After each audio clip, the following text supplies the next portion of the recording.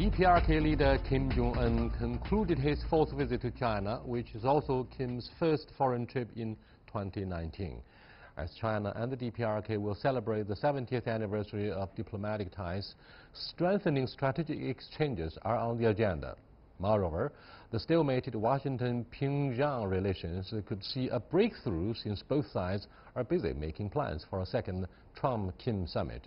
So what is the implication of Kim's fourth visit for China-DPRK relations? What can be expected in the potential Trump-Kim second summit? And how will strategic rivalry on the Korean Peninsula proceed in 2019? To discuss the many issues on Kim's visit and the Korean Peninsula, I'm pleased to have Rong Ying, Vice President of the China Institute of International Studies, and Anna Tangen, author and columnist. We shall also talk to Joseph Kim, CGTN correspondent in Seoul via satellite. That's our topic. This is Dialogue. I'm Yang Ray.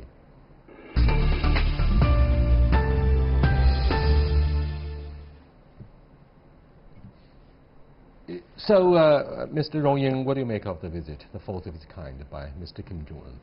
Indeed, it's a very important visit for the bilateral relationship between China and DPRK, and because it is the this year is going to celebrate the two countries' 70th anniversary of the establishment of diplomatic relations. And remember, DPRK is one of the first country that recognized New China, and the relationship established on 6th of October, just 5 days of the founding of the New China.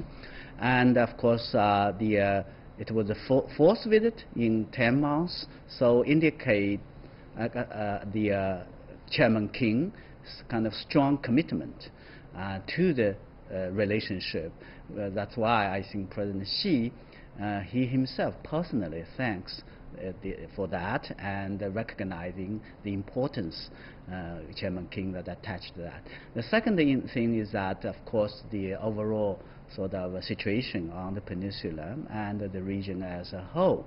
During the visit, the two leaders have reached a very important consensus how to further pursue the positive development, particularly on the question of the political sort of settlement, the process of political settlement of the peninsular question, and how to maintain the momentum, and in a context where the second summit between DPRK Chairman Kim and President Trump is around the corner. So it's a visit, a lot of, I think, substance, and also, of course, a lot of symbolism. The immediate recognition of the PRC by the DPRK back in 1949, 70 years ago, was somehow rewarded by a reluctant participation in the Korean War 1 year later. And therefore, we paid a heavy price, Anna. There are many obstacles to overcome in improving the relationship between the DPRK and Beijing. For example, the UN economic sanctions are still there due to the process of denuclearization, and also China demands having a nuclear-free Korean Peninsula. That somehow runs into conflict with the stakes of the DPRK. We can raise a number of examples to illustrate the difficulties, diversity of the relationship. What do you think of the breakthroughs or deliverables of this visit by Mr. Kim Jong Un, having said all those obstacles and difficulties? Well, what a difference a year makes. If we go back 1 year and we look at Kim's international, let us say, his reputation, it was not as good as it is today. He's emerged as an individual who's now having regular meetings with the most powerful people in the world. In terms of coming here, it was a very big deal because this was really the first time he showed up with a lot of confidence. His country generally only acknowledges that he's left the country after he's come back. This time they trumpeted loudly that he was going to Beijing. He brought along his wife and his trusted advisors. He was obviously not concerned about anything happening at home. So here was a very confident Kim coming and now announcing that he's really wants to start on this dual track, this idea that the economy has to take a much more forward role. And this is music to the ears of China, because the idea is that the DPRK will follow in some their own road, but follow along this idea of creating a better and more prosperous country for their people. But given the chronic trust deficit between the two countries, many Chinese observers are wondering aloud if the Chinese advice will go unheeded in terms of how to open up this alleged helmet-like kingdom in Northeast Asia. Let me go back to Kim, our correspondent in Seoul, for his analysis about what's going on here in Beijing between the DPRK and China. So Kim, tell us, how did the local media respond to this visit, the fourth of its kind, by Mr. Kim Jong Un? Well, I think the South Korean media was very taken aback, especially because the news broke that DPRK leader Kim Jong Un was visiting China late at night here in Seoul. So when this report did come out, many had speculated and wondered perhaps this is a prelude to a second summit with U.S. President Donald Trump, and perhaps Kim Jong Un is getting consultations and having discussions, which the media also said they're having in-depth discussions about the denuclearization process. So for South Korea, we heard from the president on Thursday in his New Year's address saying that this is a positive sign that the DPRK leader did go visit Beijing, and I believe South Korea is taking it in a positive way. One of the points that may have fueled overseas speculation about the implications of this visit by Mr. Kim Jong-un is the timing and context for this visit. So, Joe, what do you make of the backdrop against which Mr. Kim conducted this official visit? Yeah, it comes at a very important time, especially because there's stall talks for denuclearization between Pyongyang and Washington, which is why many people are wondering how this puts the position of the United States in this situation. South Korea is saying that this is a good sign, that this is a sign that perhaps the DPRK can go forward with denuclearization and China is helping.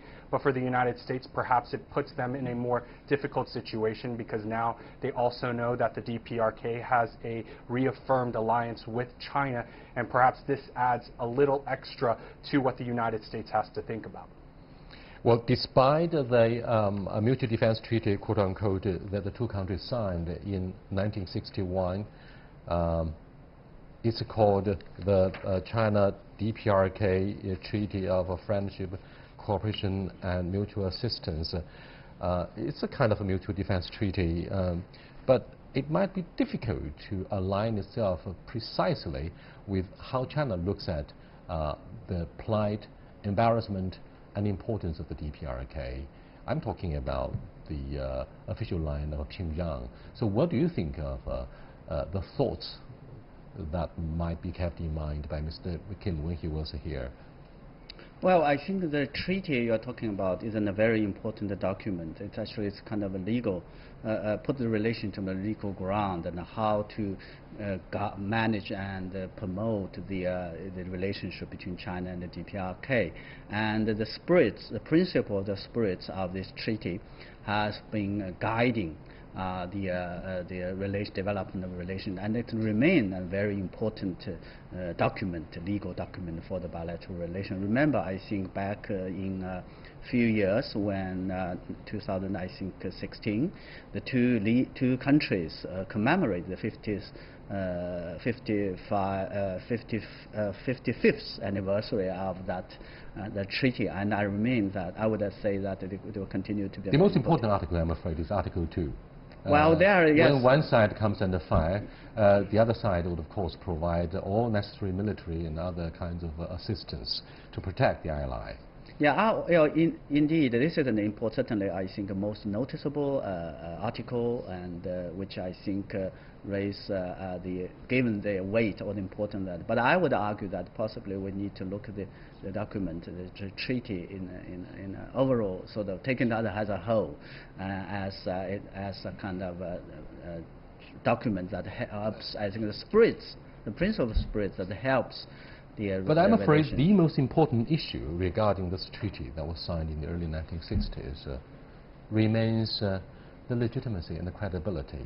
Whether it's still alive or is actually a moribund document, it won't be useful under any circumstances. I'd like to have your thoughts about the possibility that the treaty might be employed again? Well, I think it is true. I think the context, the situation have been changed. If you look at what it was in 1961.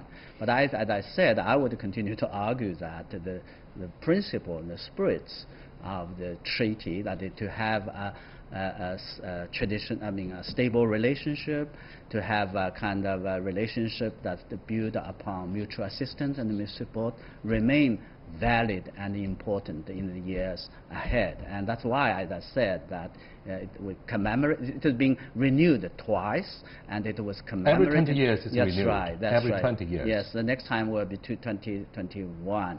So I would assume that it will continue to play a very important role. Having said that, I think DPRK and China, both of them are sovereign states, so they have their right to pursue their own interest in their own way. So that's why I think the visit like that, if you look at the past 6 to 10 months, the 4 visits, helped a lot in strengthening the mutual trust by increasing the strategic communication and exchanges. Yeah, that's exactly important. From a real politics really captured the whole world. The whole world called unprepared. This is a series of punches by the DPRK leader. So what do you think of this, the world speculation? Missing from the defense treaty between the two countries that was signed in the early 1960s is the former Soviet Union, Anna. We used to have the northern iron triad between the DPRK, the PRC, and the Soviet Empire. But the Soviet Empire disintegrated in 1991. So there's only this landmark document, but everybody is talking about whether this is legitimate. What do you think of the circumstances under which it could be used again? Because everybody is talking about whether President Xi Jinping is likely to visit Pyongyang to commemorate the 70th anniversary in the autumn of this year. And do you think it's exactly under this circumstance that this treaty will be talked about again? Well, I highly doubt it. This is a defensive treaty, and quite frankly, right now, at this point, you have a small country with a nuclear arsenal. And the issue here is about containing that. China's efforts are not going to be to encourage a nuclear arms race in Asia or Southeast Asia, and therefore this idea that somehow China needs to come to the defense. Look at South Korea. South Korea is obviously trying to do everything in its power to bring about a final peace treaty between the North and the South. So who is it that's going to attack them? I don't think the U.S. by itself can do anything in particular, despite everything that Donald Trump has said, if South Korea denies it the ability to use it as a staging ground. So at that point, it doesn't make any sense. There can be a new type of relationship that is based on economics and pushing forward and denuclearization. But I don't know that this old treaty is necessarily going to be that useful. And quite frankly, in the West, a lot of people are going to say, oh, this is the basis of why China and the DPRK are the only friends. Given the current crisis of a trust deficit between Washington and Beijing and a very general geopolitical context or precondition, it seems impossible to rekindle or reconsider the idea of six-party talks to start the process of denuclearization. But yes, Anna is correct, Kim. Let me go back to Kim. Anna is correct. The peace treaty is badly needed by Pyongyang to replace the truce that was signed in the wake of the 3-year bloody conflict, the Korean War. So what do you make of the prospects for parties concerned to quickly reach a peace agreement to replace the truce? Well, I think this is one of the main reasons that talks are really stalled, that we've heard from both Washington and Pyongyang. We've heard from the DPRK saying that they hope the United States will take corresponding measures, especially because the DPRK is no longer launching missiles, and testing nuclear weapons, that they hope that there is some assurances for their safety, and this is something that they've emphasized throughout this process. So for the DPRK, this is very important, and we've also heard from South Korean President Moon Jae-in that he believes that this peace treaty is very important. So it does seem that these two countries are in line in wanting to have some kind of permanent peace. But the United States is saying that they need to see real steps of denuclearization before any of this actually happens. With the absence of this peace treaty, I'm afraid the two Koreas are, in theory, still at war. And therefore, signing such a peace treaty would lay the groundwork for real economic development in the DPRK. And perhaps this is one of the major tasks for his visit to the PRC. What do you think of the possibility for Pyongyang to copy China's roadmap in development? That's what he said. That's what Mr. Kim Jong Un said in reviewing the achievements that he made during the visits. Yeah, indeed, I think DPRK has already launched its own version of reform and opening up. Remember, I think at its own third plenary session, but of course the seventh Parties Congress, and it announced publicly that it will be shifted towards economic development, and that is been reinforced by more sort of steps and measures and policies. And if you follow the Chairman Kim's sort of inspections, the size and his speeches, you will find that the shift has been very much sort of clear. But truthfully, we're talking about apples and oranges. When China made this decision under Deng Xiaoping 40 years ago, it was all about bringing investment. China opened up its doors, and right now, DPRK, the doors are pretty much still shut. There are still issues involving people, some of them going there to do things that they don't like, and they're being seized and then exported out. So I don't think it's apples and I think it's very, very different, and there has to be some way that they're going to do it. If they're going to count purely on China to do that, it's going to be a difficult road. Yeah. Mired deeply in the bipartisan wrangling back in the D.C., I'm afraid President Donald Trump will do whatever he can to divert public attention from the domestic political agenda to external issues or threats, so to speak. What about the prospects of having yet a second summit between Donald Trump and Mr. Kim Jong Un, and where do you think should be the location? Yeah, I think the two sides, both of them need very much that kind of a summit or the process that was going on. I want to go back a little bit about the need for that. I think Chairman Kim made it very clear in his New Year's speech that he would continue to pursue that shift, focusing on economic development, and they would continue to pursue the denuclearization of the peninsula. And because of that, he also pledged during the visit that he will continue to build a favorable external environment. And coming to the question of the venue, I think there are a lot of speculations. Maybe we can just get away, exclude some of the options where I think which is impossible, but preferably North Korea and the United States would like to have. So we're talking about if Singapore is in a sort of case, we're talking about the presence of North Korea embassy, that would, because it helps certainly make practical sense. Yeah, that's exactly the comes in that, and also of course the means of transportation. But the two sides have been talking about the talk instead of how to actually embark upon the process of denuclearization. Who will be the first to act? That's the most important issue. And this is exactly what I mean. You've had a year of optics. I mean, there's been all these meetings, but there's been no real sanctions relief, and that's why Kim is embarking on his second phase. He wants to bring home literally the bacon. He wants to show his people that he's been able to use this kind of nuclear threat as a means to get economic assistance. But who's going to provide it? Is it only going to be China? Is it going to be the U.S.? Is he going to fling open the doors?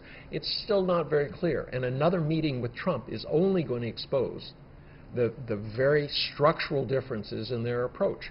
Kim wants a step-by-step, I do something, you do something in terms of sanctions relief, and Donald Trump says, you do it all, and then we'll see about what we'll do. Let me go to Kim. Kim, what do you think, who will be the first to provide the economic assistance that Mr. Kim Jong Un badly needs at this moment? China obviously would do nothing to provoke the United States at a critical moment for the trade negotiations, and therefore many doubt that China will be the first to violate the UN economic sanctions. We will comply with the sanctions, despite the fact that we feel clearly the urgency of the DPRK for economic assistance. What do you think of, say, the dire needs of our northern friend, I mean DPRK friend at this moment? Yeah, well, there has been a lot of talk about how there's been a rift between South Korea and the United States forming due to inter-Korean projects that are trying to be developed as well as pursued. However, South Korea has also taken a similar position. They've said that they would not do any economic assistance or relief if sanctions are still in place. We heard this from South Korean President Moon Jae-in in his New Year's speech on Thursday.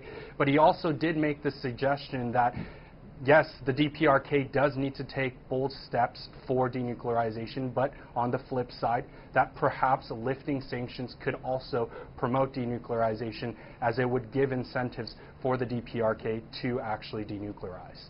It's very difficult to talk precisely where and when the next summit meeting will take place between Donald Trump and his DPRK counterpart.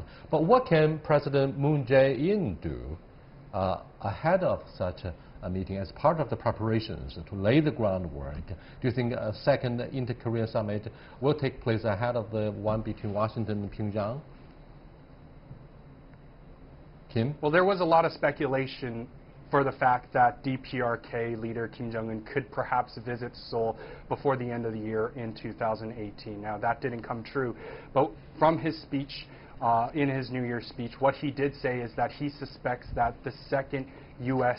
DPRK summit would happen before Kim makes his visit. But something we do have to keep in mind is that a South Korea DPRK summit did abruptly happen as talks between the United States and DPRK were stalled at the time, and tensions did form, and the two leaders secretly met near the border, and they also communicated with each other to try to figure things out. This could be a possibility for the current situation, especially as we've been hearing that there is talks between the United States and DPRK happening, and that a second summit could be on its way.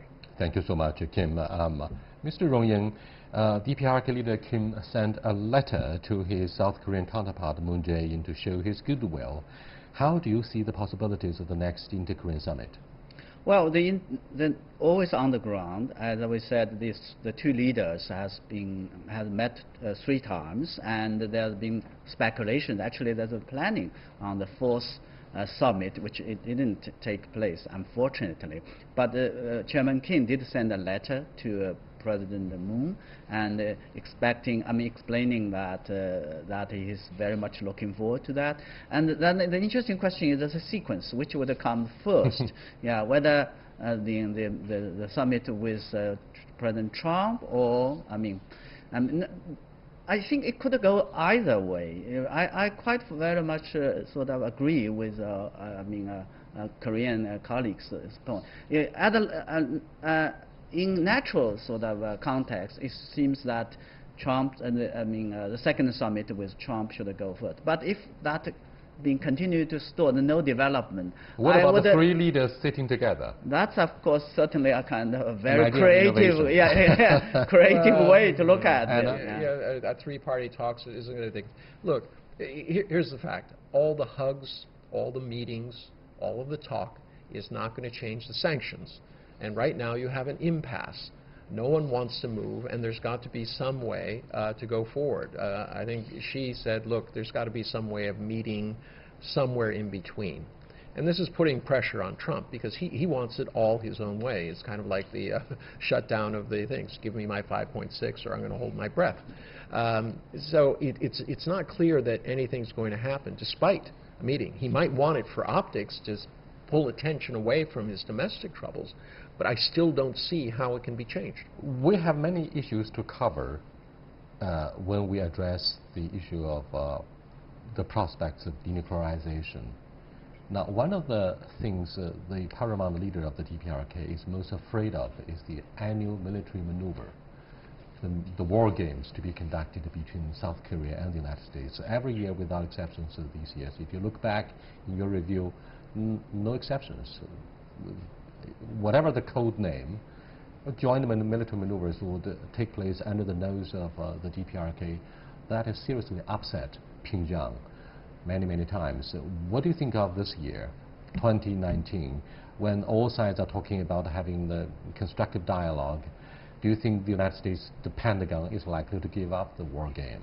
Well, you know, let's look at who's advising him. You know, Bolton, who would like to bomb North Korea, is not going to be saying, "Oh, let's give peace a chance." He doesn't believe in North Korea. He doesn't believe that they're serious about denuclearizing, and he wants to have a strong show of force. He wants to literally make them do something that would be aggressive, and then everything that he wants to do to North Korea would, quote, be justified.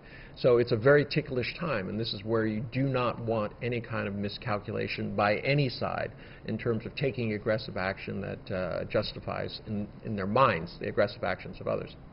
But by the end of the day, Mr. Rong-Ying, can we trust President Trump, who used to use the words like fire and fury to describe the little rocket man, and then overnight he changed his tone in the presidential tweets and said, I'm going to have a very good relationship, very good dialogue, very good summit meeting with Mr. Kim Jong Un, and he unleashed fire and fury with Nancy Pelosi in what is supposed to be a reconciliatory meeting on the lifting the partial shutdown of the federal government. So this man can be hardly trusted. Then it would be a luxury to talk about the prospects of denuclearization. Can you share the concerns of those observers? I'm not sure whether, we can, President Trump is trustworthy or not on other issues. But for me, at least from the trajectory, the track record of his dealing, of his management of this issue, it seems that at least there are all indications that support that we can at least have some trust about that. He's been quite consistent, even though there are different disputes or arguments that, what he said, goes actually much beyond. Are you suggesting actually China would use the card of DPRK denuclearization in the House? Well, House of Cards. No, I don't see any consistency in Donald Trump. First, he was threatening to nuke the place, and then he's in love with young Kim. This is the kind of flip-flop that he does generally. It's part of his art of the deal. He thinks it gets him what he needs, but everyone else is, I think, kind of scratching their head at what he does. But remember, we're not really talking about Donald Trump. When he changes its mind, it's because there's a conservative political pundit who goes on air and says you're caving, or you promised this and you're delivering that. This is what the shutdown happened. Mitch McConnell delivered a package that the president had pre-authorized, but because two conservatives got up and said, "Oh, he's lied to us, he's given in," all of a sudden he said, "No, I'm going to switch." So this is the real danger here with a DPRK deal. He feels hemmed in by his own rhetoric. Thank you so much. So whatever circumstances or prospects we're going to have eventually, 5 or 10 years from now, people in northeast China keep their fingers crossed for further regional integration. Should the DPRK be opened up and start the modernization campaign, then people in Dongbei would benefit enormously from this opportunity. I'll see you next time. Goodbye.